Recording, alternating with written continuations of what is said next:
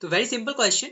What the question is saying, there is a transformation running from x to y, ठीक है, and transformation is such that t of x comma y is equals to x square comma y. You have to find if it is a linear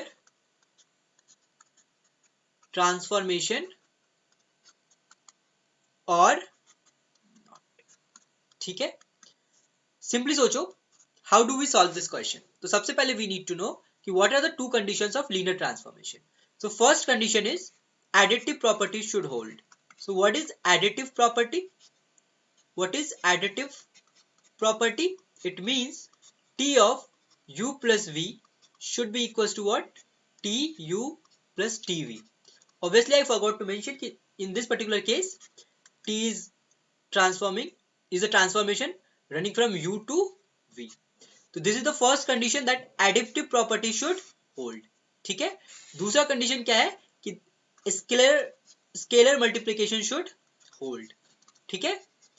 scalar multiplication should hold. So what does scalar multiplication से? Scalar multiplication बोलता है ना कि मान लो अगर t है तो c is a scalar quantity, तो t of cu will be giving me what? c of p of u. तो बेसिकली जो स्केलर क्वांटिटी है वो बाहर आ जाएगा और फंक्शन वैसे का वैसा रहेगा. अगर ये दो प्रॉपर्टी होल्ड करता है तो हम क्या बोलते हैं? It is a linear transformation. ठीक है. अब हमारे केस में आओ, तो हमारे पास क्या है? हमारे पास t of x comma y is basically equals to x square comma y. ठीक है. तो लेट्स से ये है, तो लेट्स से कि x comma y belongs to x और लेट्स से कि z comma w belongs to also x. ठीक है. तो t of x comma y अगर मेरा एक्स स्क्वायर कॉमा y है, ठीक है, तो मेरा t of g comma W क्या होगा?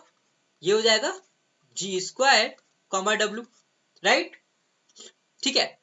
अब लेट, सिंस आप पहली बार कर रहे हो तो लेट्स अज्यूम कि u is equals to x comma y और v is equals to z comma w. ठीक है. तो अब करो इसको, तो let's write t of u plus v. तो ये क्या हो जाएगा? t of x comma y plus g comma w. Right. तो अगर इसको आपको एक में जोड़ना है तो फिर ये क्या बन जाएगा? t of x comma Z that is z comma y plus w. अब ट्रांसफॉर्मेशन का फंक्शन क्या है? X square comma y. तो पहला वाला जो एलिमेंट है उसका स्क्वायर हो जाएगा. तो it will give you what? It will basically give you, let me go to the next page, it will give you x plus g का square comma y plus w. Correct. which will give you what? X square plus 2xg, sorry, plus z square comma y plus w. ठीक है. ये आ रहा है. Now what do we know? What is tu? tx plus y, it should give me what? x square comma y. What is tv? That is t, what was that? g plus w. So it should give me what? g square comma w. So what should tu plus tv give me? It should give me x square comma y plus g square comma w, which is what? x square plus g square comma y plus w. So basically tu plus v is giving me what? x square plus 2gx plus g square comma y plus w.